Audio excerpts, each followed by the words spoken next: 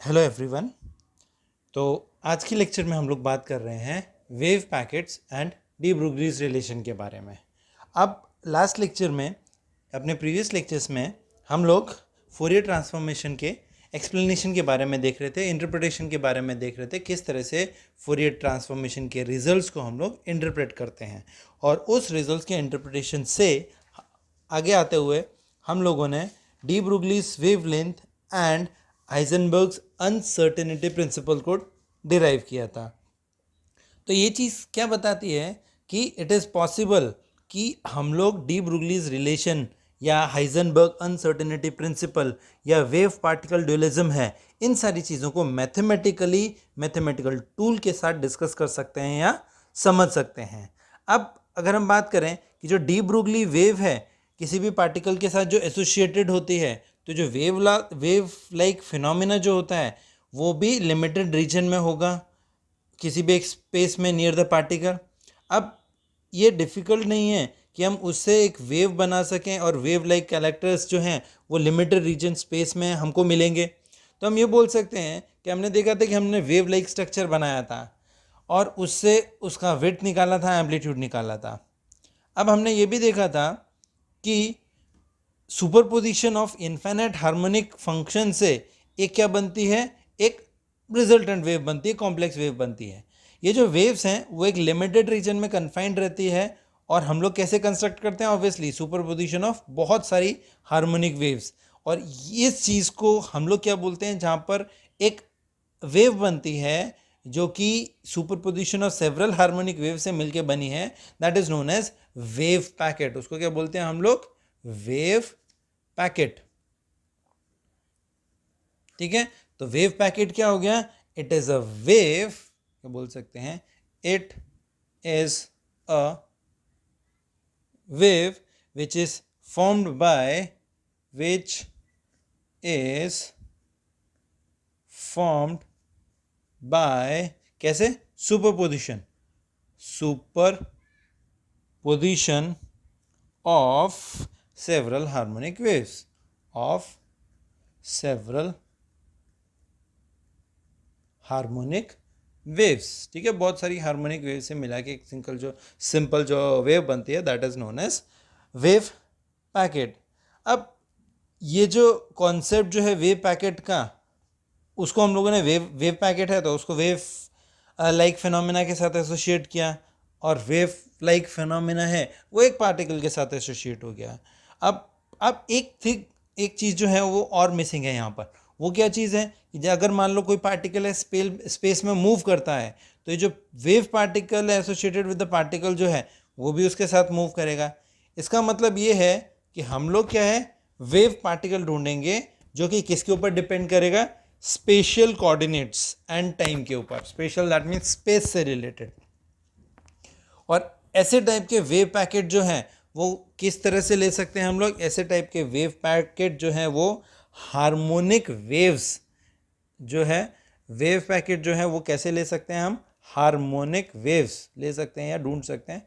Harmonic waves of type, किस type की wave से ले सकते हैं, of A k e raise to power iota k x minus omega T. इस फॉर्मेट में जो भी वेव्स हार्मोनिक वेव्स होती है वहाँ से हम लोग ये फाइंड कर सकते हैं। ठीक है, अब स्टार्टिंग में हम लोगों ने वन डायमेंशनल केस का डिस्कस किया था, तो हमने एक हार्मोनिक वेव कंसिडर करते हैं। तो let us consider a wave of type, जो वेव है वो एक्चुअली हार्मोनिक वेव है, तो बोल सकते हैं एक हार्मोनिक वेव है। तो हार्मोनिक वेव क्या हो गया, ई रेज टू पावर आयोटा, ये exponential of iota k x minus omega t. ठीक है, अब यहाँ पर ये जो वेव हो गई, यहाँ पर हमारे पास ओमेगा क्या चीज़ है, it is angular frequency 2 pi new, और जो वेवलेंथ लेमडा क्या है हमको पता है, इट इज़ 2 पाई बाई के, क्योंकि वेव नंबर क्या होता है, k is two 2 pi by lambda, तो similarly lambda is two 2 pi by k हम लोग बोल सकते हैं। अब यहाँ पर जो वेलोसिटी की बात कर रहे हैं, angular velocity is two 2 pi nu, ये जो वेलोसिटी है ये क्या है, पॉइंट ऑफ कांस्टेंट फेज। ठीक है, जो वेव है वेव का फेज जो है कांस्टेंट है। अब हमने सपोज किया कि वेव एट टाइम x1, क्या wave at time x1 sorry at x1 wave जो है x1 पे है, eight x1 at time t1, time t1 पे वेव कहां पर है, x1 पे, तो उसका जो फेज है, तो एट दैट टाइम जो फेज जो होगा, फेज क्या हो जाएगा, दैट विल बी के x1 माइनस ओमेगा t1, ये उसका फेज हो जाएगा। अब वेव क्या है, थोड़ी सी आगे बढ़ी, कहां पर पहुंची, x2 पे, तो उसका टाइम क्या हो गया, टाइम क्या हो गया उसका, टाइम विल बी t2, ठीक है। x2 पोजीशन पे टाइम t2 पर पहुंची वो, तो उसका जो फेज है उस केस में, तो फेज क्या होगा, that will be equals to k x2 minus omega t2, obvious सी बात है, ठीक है। अब फेज एट टाइम t1, अब बोला है कि जो वेव है हमारी, वेव का जो फेज है वो कांस्टेंट है, सेम है, फेज चेंज नहीं होगा, तो क्या होगा, अब बोल सकते हैं since phase of wave is constant, wave का फेज कांस्टेंट है, तो इस पोजीशन पे जो फेज आया और इस पोजीशन पे जो फेज आया वो दोनों बराबर होंगे, तो we can say that k x1 minus omega t1 will be equals to k x2 minus of omega t2। अब यहाँ से k2 इधर लेके चले गए, t1 उधर लेके चले गए, तो k और उसमें से k कॉमन आ गया, k of x1 minus x2 आ गया इधर, इज इक्वल्स टू, ये उधर चले गए तो ओमेगा पॉजिटिव आ गया, तो ओमेगा और ये फर्स्ट वाला पॉजिटिव हो गया, तो t1 माइनस t2 आ गया।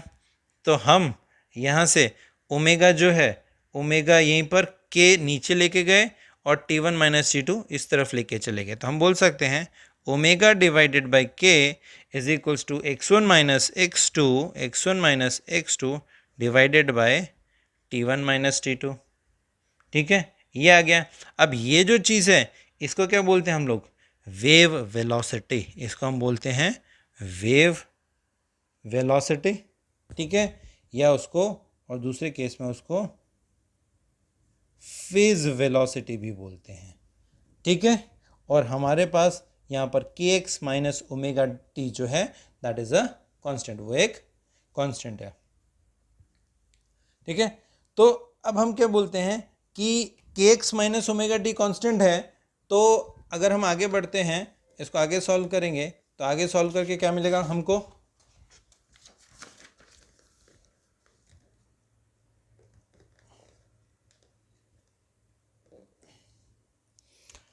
अब यहां पर हम लोगों ने क्या किया कि k x minus omega t, that is k x minus of omega t जो है वो कांस्टेंट है, ठीक है।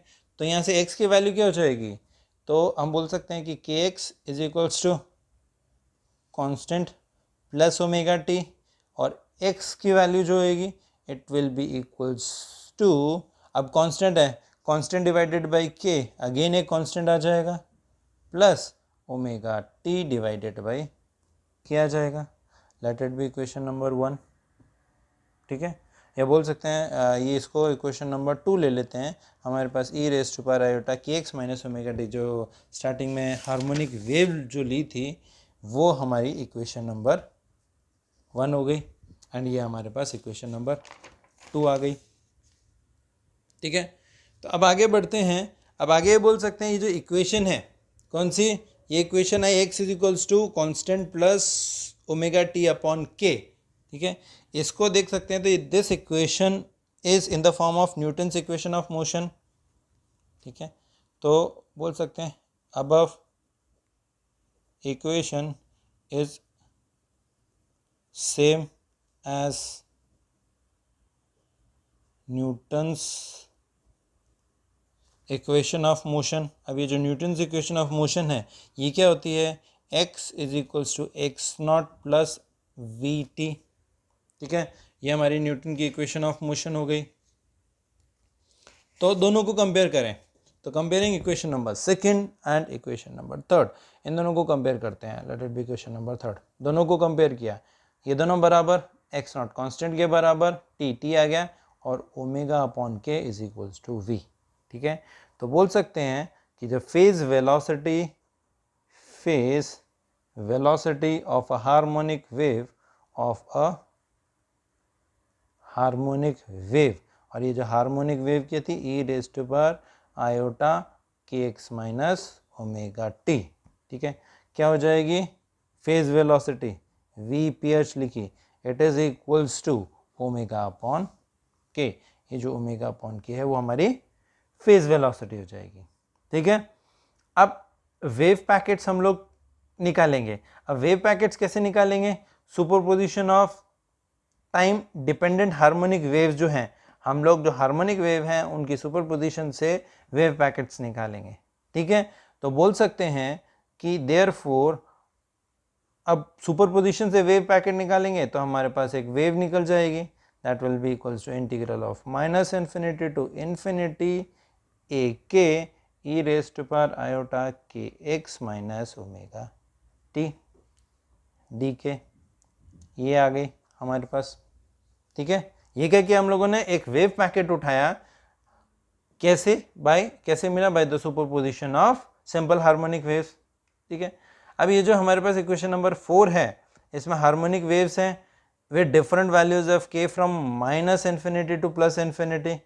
अब ये जो इस वेव में जो वेव पैकेट है वो अलग अलग कंपोनेंट है स्पेस में मूव करते हैं और उनकी खुद की फेज वेलोसिटी है। ठीक है, सारे के सारे पैकेट्स की वेलोसिटी है वो डिफरेंट होगी। अब ये बोल सकते हैं कि जो फेज वेलोसिटी है वो फेज वेलोसिटी किसके ऊपर डिपेंड करती है, एंगुलर फ्रीक्वेंसी के ऊपर। ये जो फेज वेलोसिटी है वो किसके ऊपर डिपेंड करती है, एंगुलर वेलोसिटी के ऊपर। ठीक है, एंड देयर वेव नंबर के, इन दो चीज़ के ऊपर डिपेंड करती है। बोल सकते हैं कि जो फेज वेलोसिटी है हर एक कंपोनेंट की वो क्या होती है, depends upon nature of function, function किस तरह का है उसके ऊपर डिपेंड करता है। ठीक है, अब मान लो omega is equal to f of k. ठीक है, दैट मीन्स ओमेगा अगर क्या बोलते हैं फंक्शन ऑफ के है। ठीक है, अगर मान लो f omega is equals to f of k. ठीक है, ओमेगा जो है किसका फंक्शन है, के का फंक्शन है। ठीक है, तो क्या होगा कि हर एक कंपोनेंट ऑफ वेव के लिए वेलोसिटी जो है स्पेस में अलग अलग होगी। ठीक है, अब ध्यान से देखना सुनना कि ओमेगा एंगुलर फ्रीक्वेंसी के ऊपर डिपेंड करती है।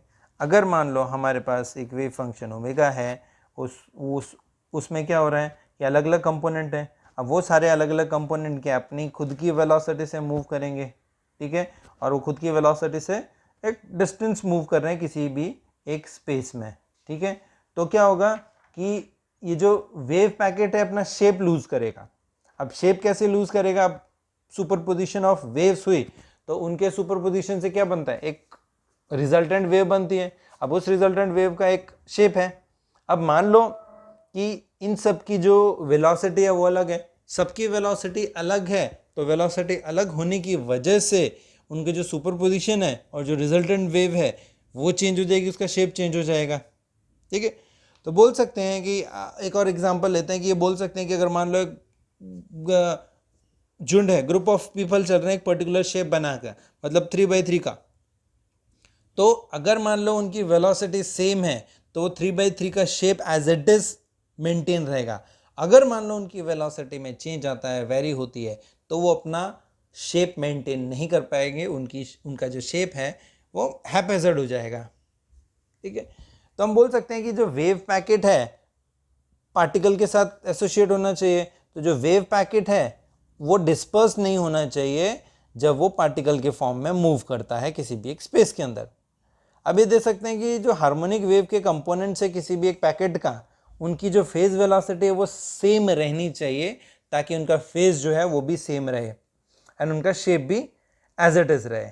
इसके लिए हमको क्या है, एक रिलेशन लेना पड़ेगा बिटवीन ओमेगा एंड के। ये जो फेस वेलोसिटी है सब लोग सबकी सेम होनी चाहिए और ओमेगा एंड के बीच में हमको एक रिलेशन फाइंड करना पड़ेगा। ठीक है, बट अगर हम लोग एक रिलेशन यूज़ करते हैं, कौन सा relation, omega is equals to e raise to power k, ठीक है, तो हम लोग क्या नॉन डिस्पर्सिव मीडियम के बारे में बात कर रहे हैं। और जनरल डिस्कशन में हम बोल सकते हैं कि जो डिस्पर्सिव मीडियम है, ठीक है, तो हम डिस्पर्सिव मीडियम में हमको कुछ करना पड़ेगा ताकि वो जो लीनियर रिलेशन है बिटवीन ओमेगा एंड के वो मेंटेन रहे, ठीक है। जब हमने बात की थी omega is equals to e raise to power mod of k, omega is equals to e raise to power mod of k, ये जो रिलेशन है वो रिलेशन मेंटेन रहना चाहिए, ठीक है। तो हम उस केस के लिए अभी हम लोग छोटा सा डेरिवेशन करके देखते हैं। तो अब हमने क्या लिया कि ओमेगा जो है हमने लिया, ओमेगा क्या है, ओमेगा फंक्शन ऑफ के है, ठीक है। तो हमने क्या किया, एक्सपेंड किया, किसको एक्सपेंड किया, ओमेगा को एक्सपेंड किया, ओमेगा को इन टेलर सीरीज, अब टेलर सीरीज के फॉर्म में एक्सपेंड किया, कहाँ पर, एट के is equals to k not, ठीक है। अब के नॉट क्या है, के की कुछ डेफिनेट वैल्यू है, के वेरिएबल है, तो अगर के वैरी होगा तो किसी एक पर्टिकुलर पॉइंट पे पोजीशन पे के की वैल्यू के नॉट होगी, ठीक है। तो टेलर सीरीज से एक्सपेंड करेंगे तो हमारा ओमेगा क्या हो जाएगा, omega is equals to omega not plus del omega upon del k, इसको डिफ्रेंशिएट किया, k is equals to k not, k minus k not plus del square omega upon del k square, again इसको differentiate किया, k is equals to k not पे and k minus k not square, ठीक है। Let it be equation number 5, ये होगी हमारी equation number 5, ठीक है। अब ये जो टर्म है हमारे पास के माइनस के नॉट स्क्वायर जो है वो क्या करती है, सेकेंड ऑर्डर की टर्म है, क्यों, क्योंकि रेज टू पावर के माइनस के नॉट का होल स्क्वायर है, यहाँ पर मैंने अंदर लगा दिया। तो ये जो टर्म है इसमें ये वाली जो चीज़ है वो क्या है, सेकेंड ऑर्डर की है, ठीक है। तो हम क्या करेंगे, हमको एक्चुअली निकालना क्या, लीनियर रिलेशन निकालना है, बट लीनियर रिलेशन में स्क्वायर नहीं आना चाहिए हमारे पास। तो हमको ऐसी सिचुएशन निकालनी है जहाँ पर कि ये के माइनस के नॉट स्क्वायर जो है या उसकी और कोई भी हायर ऑर्डर जो टर्म्स हैं वो सारी की सारी क्या हो जाए, नेग्लेक्ट हो जाए या डिसअपियर हो जाए, ठीक है, या हम लोग उसको इग्नोर कर सकें। इसका मतलब क्या हुआ कि जो भी हार्मोनिक वेव्स हैं जो कि एक वेव पैकेट बनाने के लिए यूज़ की है उसमें के की वैल्यू जो है वो के नॉट से ज़्यादा डिफ़र नहीं होनी चाहिए, मतलब एक पर्टिकुलर पॉइंट पे के की वैल्यू एज इट इज़ होनी चाहिए, ठीक है। तो इस सिचुएशन में अगर मान लो के और के नॉट की वैल्यू लगभग बराबर होगी तो उस केस में के माइनस के नॉट इसकी जो वैल्यू आएगी वो बहुत ज़्यादा कम आएगी। तो उस केस में हम लोग क्या है, अगर के माइनस के नॉट की वैल्यू बहुत कम आएगी तो उसका स्क्वायर करेंगे, हायर ऑर्डर की बात करें या हायर पावर्स की बात करेंगे तो वो और ज़्यादा छोटी हो जाएगी। तो उस केस में हम लोग उसको नेग्लेक्ट कर सकते हैं, ठीक है। तो हम बोल सकते हैं कि जो वेव पैकेट है उसमें जो एवरेज वेलोसिटी जो है क्या होता है कि उसमें वैल्यूज ऑफ के जो है वो डिफर नहीं करती है फ्रॉम के नॉट से, ठीक है। किसी भी एक वेव पैकेट में के और के नॉट की वैल्यू जो है वो बहुत ज़्यादा डिफर नहीं करती है, और जो फेज वेलोसिटी है वो भी डिफर नहीं करती है एक दूसरे से। हर एक जो कंपोनेंट है, हर एक कंपोनेंट की फेज वेलोसिटी तो सेम होगी और के एंड के नॉट की वैल्यू डिफर नहीं करेगी एक दूसरे से, ठीक है। तो हमारे पास जो एक्सप्रेशन आया, जो हार्मोनिक वेव्स का जो एक्सप्रेशन निकला था हम लोगों ने, तो वो जो एक्सप्रेशन है वो एक्सप्रेशन किस तरह से हो जाएगा, तो हम बोल सकते हैं कि जो हमारा वेव फंक्शन साई है एक्स टी पे it is equals to integral of del k a k e raise to power iota k x minus omega t d k, ठीक है। Let it be question number 6, ठीक है। अब यहाँ पर हम लोगों ने देखा कि हम लोगों ने यहाँ पर क्वेश्चन नंबर 4 में जो इंटीग्रेशन की थी, एक्सप्रेशन सेम है ये और ये, बट हमने यहाँ जो इंटीग्रेशन की थी वो माइनस इन्फिनिटी से इन्फिनिटी ली थी, बट यहाँ पर जो स्पेस है वो पूरा का पूरा नहीं है, हम लोग इंटीग्रेट कर रहे हैं किसी एक पर्टिकुलर रीजन में डेल के, ठीक है, अराउंड के नॉट के आजू बाजू जो है वहीं पर हम लोग उसको इंटीग्रेट कर रहे हैं, पूरे के पूरे स्पेस में नहीं कर रहे हैं। अब हमने क्या किया कि हमारी ये जो ओमेगा की वैल्यू है इस फॉर्म में, उस ओमेगा की वैल्यू यहाँ से उठा के इसमें सब्स्टिट्यूट करेंगे, ठीक है।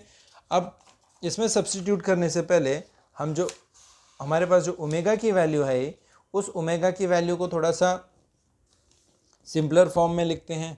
तो वी कैन राइट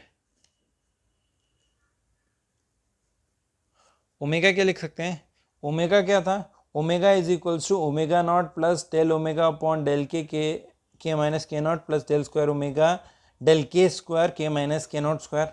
अब इसको सिंप्लीफाइड फॉर्म में लिखते हैं, omega is equals to omega not plus ये फर्स्ट डिफ्रेंशिएशन है उसको ओमेगा डैश लिखा, के माइनस के नॉट लिखा, plus omega double dash k minus k not का होल स्क्वायर। अब हमको पता है कि हमने अज्यूम किया ये दोनों की वैल्यू में ज़्यादा डिफरेंस नहीं है, तो इनका जो डिफरेंस है कम आएगा, उनका स्क्वायर और कम आएगा, तो ये जो हायर ऑर्डर सेकेंड ऑर्डर की जो टर्म है, सेकेंड पावर की जो टर्म है वो नेगलेक्ट कर सकते हैं हम लोग उसको। तो उस केस में हमारे ओमेगा की value omega is equals to omega not plus omega dash k minus k not आया यहाँ पर है।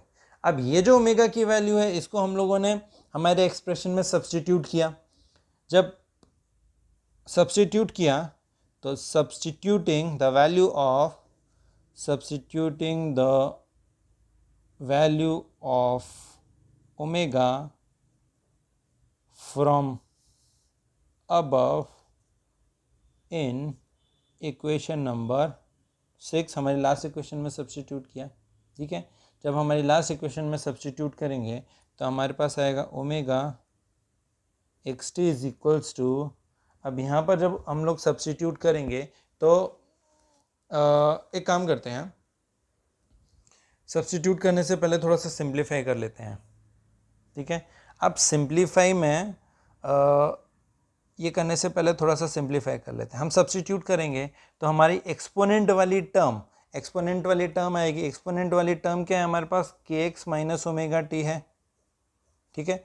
अब के एक्स माइनस ओमेगा जो टी है उसको कैसे लिख सकते हैं हम, इट इज इक्वल्स टू के एक्स, तो एज इट इज आएगी, माइनस ओमेगा टी, तो ओमेगा की जगह वैल्यू डालो omega not plus omega dash, आगे आ गया के माइनस के नॉट और साथ में आ गया t, which is equals to, bracket open कर दो, ये हो गया k x minus omega not,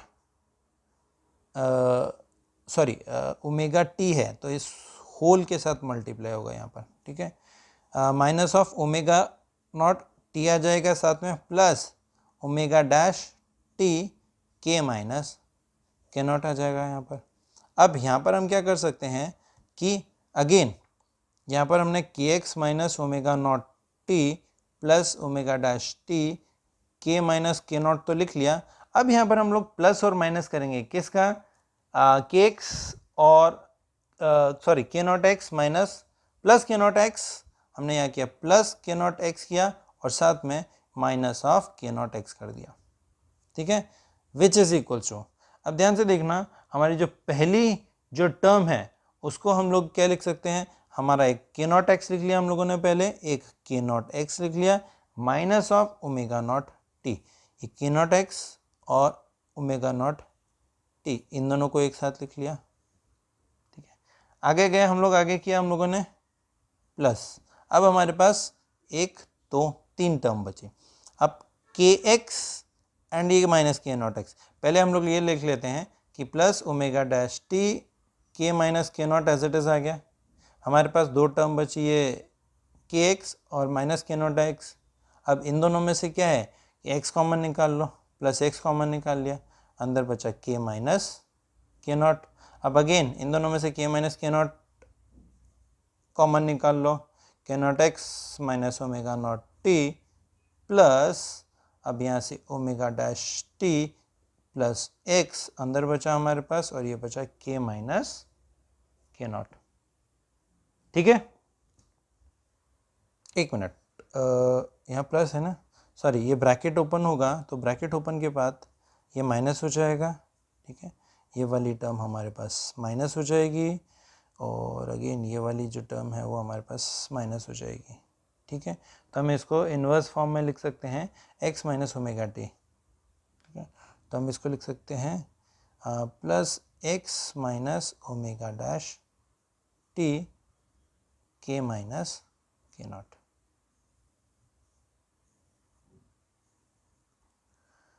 ठीक है, यहाँ तक पहुँच गए। अब अल्टीमेटली देखा जाए तो हमारे पास जो एक्सप्रेशन बचा वो क्या बचा, this is equals to q not x minus omega not t plus x minus omega dash t and साथ में के माइनस के नॉट बचा। ठीक है, अब ये जो था अगर एक्सपोनेंट के पावर में था, अब दोनों ऐड किया हुआ है या डायरेक्ट एक्सप्रेशन में डालते हैं तो हमारे पास एक्सप्रेशन क्या हो जाएगा, psi of x t is equals to, हमारे पास था it was is equals to exponential of i k x minus omega t. ठीक है, और साथ में ए के एक्स तो हम डाल देते हैं, तो हमारा जो एक्सप्रेशन था, हमारा एक्सप्रेशन क्या हो गया, psi x t is equals to integral of del k a k e raise to power iota k x minus omega t. ये जो एक्सप्रेशन निकाला हम लोगों ने, ये के एक्स माइनस ओमेगा टी की जगह आएगा, it is equal to integral of delta k a के, इसका ई की जगह मैंने एक्सपोनेंशियल ऑफ लिख लिया, अंदर आ जाएगा हमारे पास आयोटा एज इट इज और साथ में के एक्स माइनस ओमेगा टी की जगह आ जाएगा हमारे पास k not x, sorry k not x minus of omega not t plus x minus omega dash t k minus k not bracket of this is equals to. अब यहाँ पर हम लोग अगर ध्यान से देखें तो हमारे जो एक्सपोनेंट जो है वो एक्सपोनेंट अलग अलग आ जाएगा दोनों में, एक्सपोनेंशियल ऊपर ऐड किया है तो दोनों के एक्सपोनेंट को मैं अलग अलग लिख सकता हूँ। तो मैं क्या लिख सकता हूँ, इट इज एक्सपोनेंट ऑफ, अंदर रखा मैंने आयोटा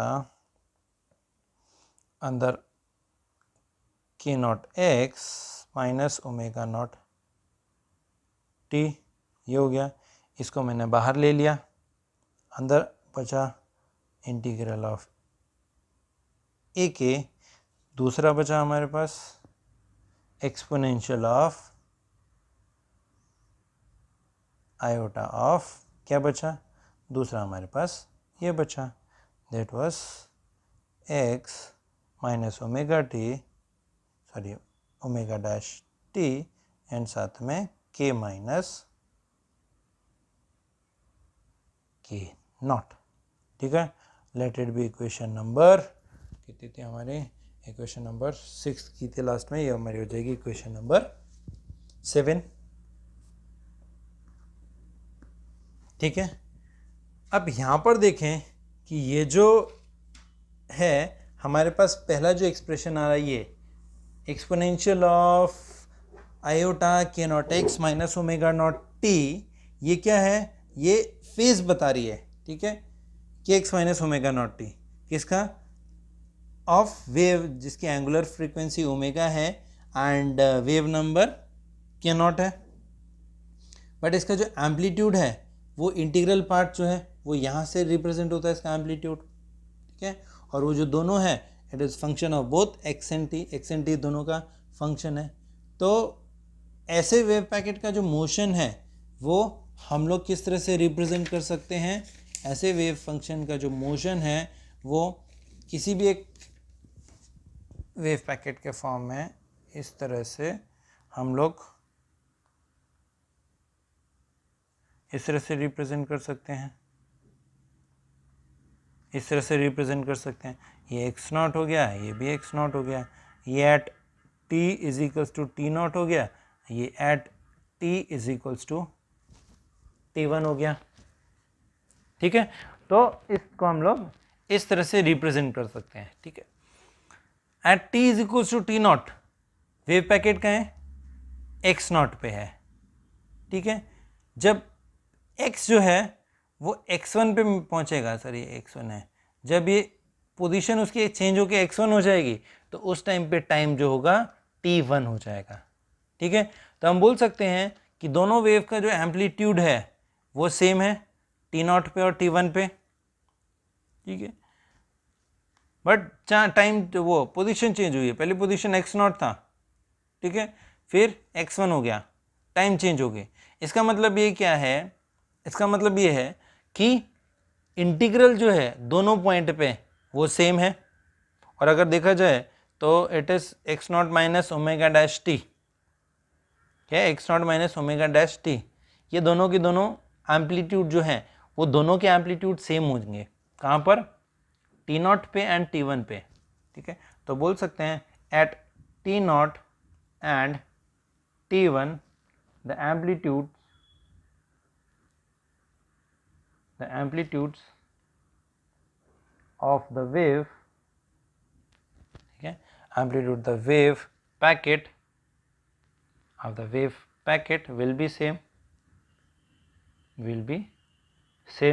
तो हम बोल सकते हैं कि x0 minus omega dash t0 is equal to x1 minus omega dash t1, ठीक है। दोनों अलग अलग पोजीशन पे सेम हो जाएंगी, ठीक है। तो नॉर्मल केस में अगर हम बात करें, ठीक है, या इन जर्नल केस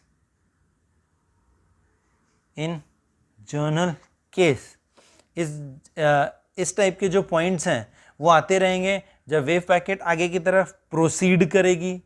तो नॉर्मल केस में, जनरलाइजेशन केस में हम लोग बोल सकते हैं कि x minus omega dash t is equals to some constant, ठीक है। तो यहाँ से x की वैल्यू निकाल सकते हैं, x is equals to some constant plus omega dash t, ठीक है। अब again using equation of motion, equation of motion क्या है, x is equals to x not plus v t, ठीक है।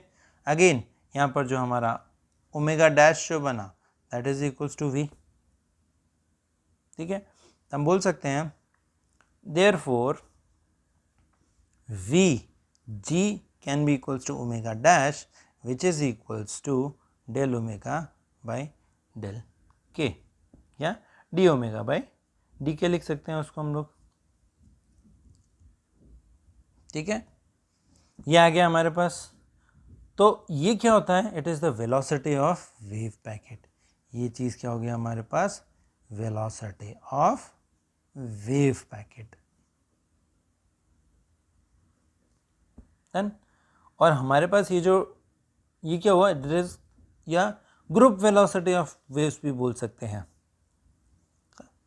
या इसको हम लोग ग्रुप वेलोसिटी ऑफ वेव्स भी बोल सकते हैं, ठीक है।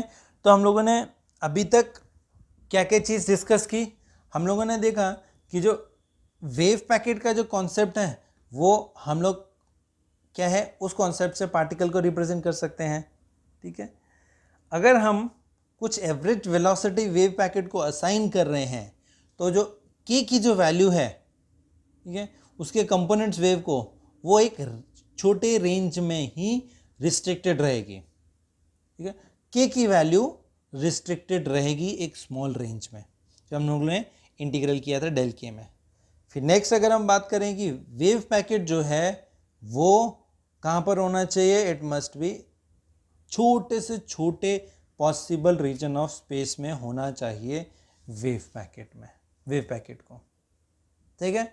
तो हम बोल सकते हैं कि जो हमारी मैंने जो लास्ट 2 पॉइंट बताए कि k की वैल्यू स्मॉलेस्ट रेंज में होनी चाहिए और जो वेव पैकेट है वो स्मॉलेस्ट पॉसिबल रीजन में होनी चाहिए, ठीक है। तो हम लोगों ने प्रीवियसली ये देखा था कि जो डेल x और डेल के के बारे में देखा था, ठीक है, लास्ट टाइम में। तो जनरल केस में for a wave packet, for a wave packet in general case, in general case हम बोल सकते हैं डेल एक्स इंटू डेल के इज इक्वल्स टू 1, ठीक है। अब यहाँ पर जो डेल एक्स क्या हो गया हमारे पास, it is the region occupied by, del x क्या हो गया, it is the region occupied by, क्या कौन ऑक्यूपाई करेगा, obviously wave packet in space, wave packet in space, ठीक है। और ये जो हमारा डेल के है ये क्या हो जाएगा, अब डेल है चेंज इन वैल्यू ऑफ के, तो बोल सकते हैं रेंज ऑफ के वैल्यूज, ये क्या हो गया, रेंज ऑफ के वैल्यूज, कहां पर, values of component harmonic waves, of components of harmonic waves, harmonic waves, ठीक है।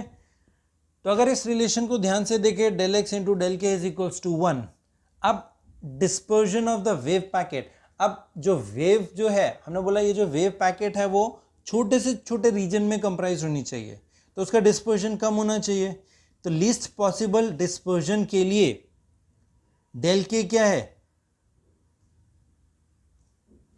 सॉरी, जो हमारा जो डिस्पर्जन है वेव पैकेट का, जो डिस्पर्जन है वो वेव पैकेट का जो डिस्पर्जन, वो उसके लिए हमको डेल के की जो है वैल्यू जो है वो कम होनी चाहिए, ठीक है। वेव के डिस्पर्जन के लिए डेल के की वैल्यू बहुत ज़्यादा छोटी होनी चाहिए, जितना ज़्यादा डिस्पर्जन उतनी कम वैल्यू किसकी, डेल के की, ठीक है।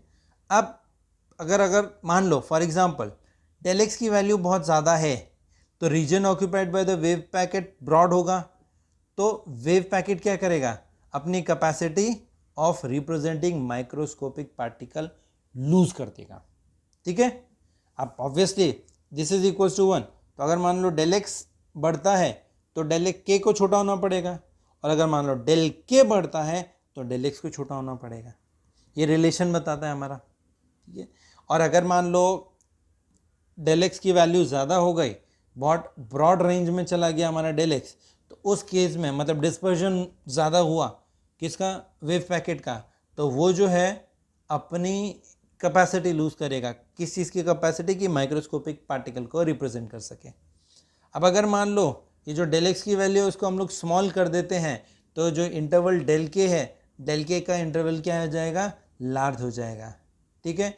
तो जो टर्म्स है हायर ऑर्डर की वो हम लोग इग्नोर नहीं कर पाएंगे। हम लोगों ने अभी देखा जो ओमेगा की वैल्यू निकाली थी उसमें के माइनस के नॉट का होल स्क्वायर तो था, उसकी जो हायर पावर थी वहाँ पर हम लोग नेग्लेक्ट नहीं कर पाएंगे, क्योंकि अगर डेल के की वैल्यू के माइनस के नॉट की वैल्यू छोटी होती है तभी उसका स्क्वायर जो है और छोटा हो जाता है, एंड तभी हम उसको नेग्लेक्ट कर सकते हैं, ठीक है। तो हम बोल सकते हैं कि जो डिस्पर्जन है वेव पैकेट का, डिस्पर्जन है किसका, वेव पैकेट का, वो होता है और वो अपना शेप लूज करता है, बट वो माइक्रोस्कोपिक पार्टिकल को रिप्रेजेंट नहीं कर पाएगा। तो जो वेव पैकेट है जो अगर मान लो पार्टिकल को रिप्रेजेंट करता है, ठीक है, उसको अगर मान लो ये कंप्राइज करना है तो न्यूट्रलिटी इन हाइजेनबर्ग प्रिंसिपल जो है वो रिवील होती है इस रिलेशन से, ठीक है। और जो अनसर्टेनिटी प्रिंसिपल है वो एक ऑटोमेटिक आउटकम हो जाता है किसका, वेव नेचर ऑफ पार्टिकल का, ठीक है। तो ये हम लोगों ने देखा अभी तक कि किस तरह से Heisenberg uncertainty principle and de Broglie's relation represent होता है, ठीक है। अब नेक्स्ट इसी में हम लोग आगे कंटिन्यू करते हैं, कंटिन्यू करके ये देखते हैं कि जो मटेरियल पार्टिकल जो है उसको हम लोग वेव पैकेट्स के साथ किस तरह से रिलेट कर सकते हैं, ठीक है। तो relation of material particle with wave packet, relation of material particles with wave packet, with wave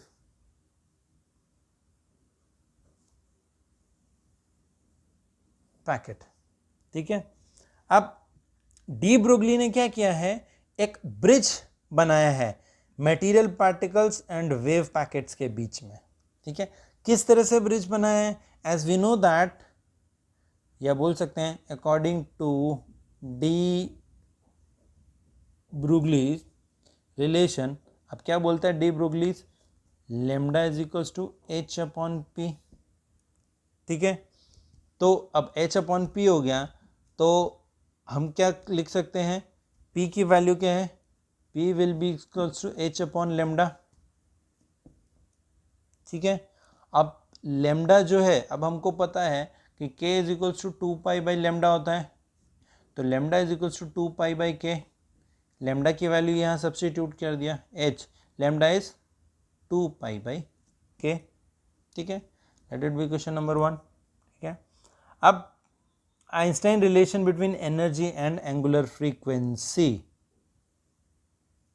Einstein's relation between energy and angular frequency, and angular frequency. ठीक है, जो उन्होंने फोटो इलेक्ट्रिक इफेक्ट देते हुए दिया था। तो नॉर्मल केस में E is equals to h nu होता है।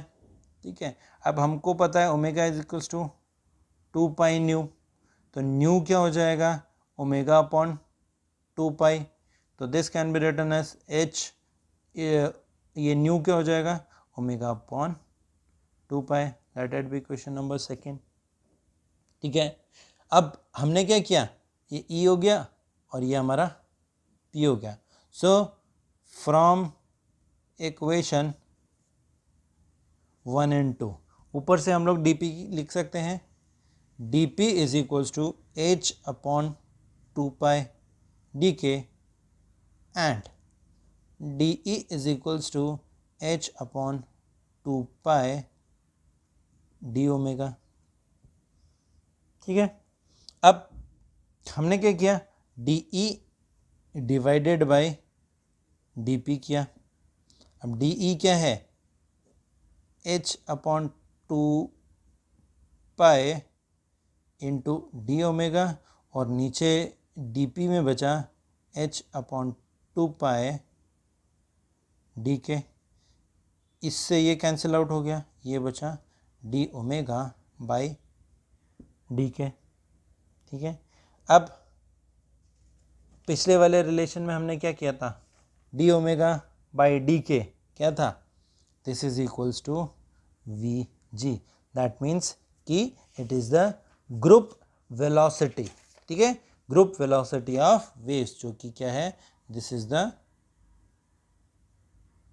ग्रुप वेलोसिटी ऑफ वेव्स है हमारे पास। ठीक है, तो ये जो इक्वेशन आई हमारे पास, सॉरी इक्वेशन आई हमारे पास, इक्वेशन नंबर 3, ये क्या बताती है कि जो डी ब्रुगली ने ये बताया कि एक मोमेंटम P और एनर्जी E रिलेटेड है respectively with K and omega of the concerned wave. किसी भी एक वेव में क्या होगा, एक मोमेंटम P होगा, एक मोमेंटम P होगा, एक एनर्जी जो है E भी होगी, अगर मान लो किसी एक पार्टिकल के साथ K एंड ओमेगा जो है एसोसिएटेड है, और जो वेलोसिटी ऑफ पार्टिकल जो है वो सेम होगी as the velocity of wave packet. क्यों, क्योंकि dE अपॉन dP जो है वो वेलोसिटी ऑफ पार्टिकल भी रिप्रेजेंट कर सकते हैं। ठीक है, अब नॉर्मल केस में हम क्या बोल सकते हैं कि energy of a free particle, ठीक है, energy of free particle, energy of free particle क्या लिख सकते हैं हम लोग, E is equals to p square by twice of m. ये कहाँ से लिखा हम लोगों ने, E is equals to half of m v square. ठीक है, P के फॉर्म में रिप्रेजेंट कर दिया एम वी, तो ऊपर m square v square divided by 2 और साथ में क्या था m डिनोमिनेटर में लगा दिया, तो वो p स्क्वायर अपॉन 2m बच गया। तो हम बोल सकते हैं डी जो है वो क्या हो गया, this is equals to p upon m हो जाएगा, ठीक है, क्योंकि इसका differentiation twice of p raise to power 2 - 1 इज 1, 2 से 2 कैंसिल हो जाएगा, तो ये बचेगा p अपॉन m, और p अपॉन m क्या हो गया v, ठीक है, वेलोसिटी। अभी जो लास्ट हमारा इक्वेशन नंबर 3 और इक्वेशन नंबर हो गया हमारे पास 4। तो अगर ध्यान से देखें, ठीक है, अगर ध्यान से देखें, अब डी है विद रिस्पेक्ट टू क्या किया हम लोगों ने, with respect to p differentiate किया इसको, ठीक है। अब अगर ध्यान से देखें तो d upon d p is v g group velocity and d upon d p is v velocity of the particle, ठीक है। तो हम बोल सकते हैं from equation number 3 and 4, from equation 3 and 4 क्या बोलता है कि जो वेलोसिटी ऑफ पार्टिकल्स है, वेलोसिटी ऑफ पार्टिकल जो है वो किसके बराबर है, the velocity of wave packets, velocity of wave packet associated with the particle,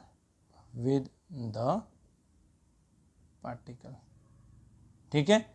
velocity of particle, original particle, और वेलोसिटी ऑफ वेव पैकेट जो कि पार्टिकल के साथ एसोसिएटेड है, उन दोनों की वेलोसिटी विल बी सेम। तो डी ब्रुगली ने क्या किया था, इस टाइप के आर्गुमेंट को रिलेटिविस्टिक पार्टिकल के साथ भी क्या है वो किया था, अप्लाई किया था, और सेम रिजल्ट उन्होंने यहाँ पर दिया था, ठीक है।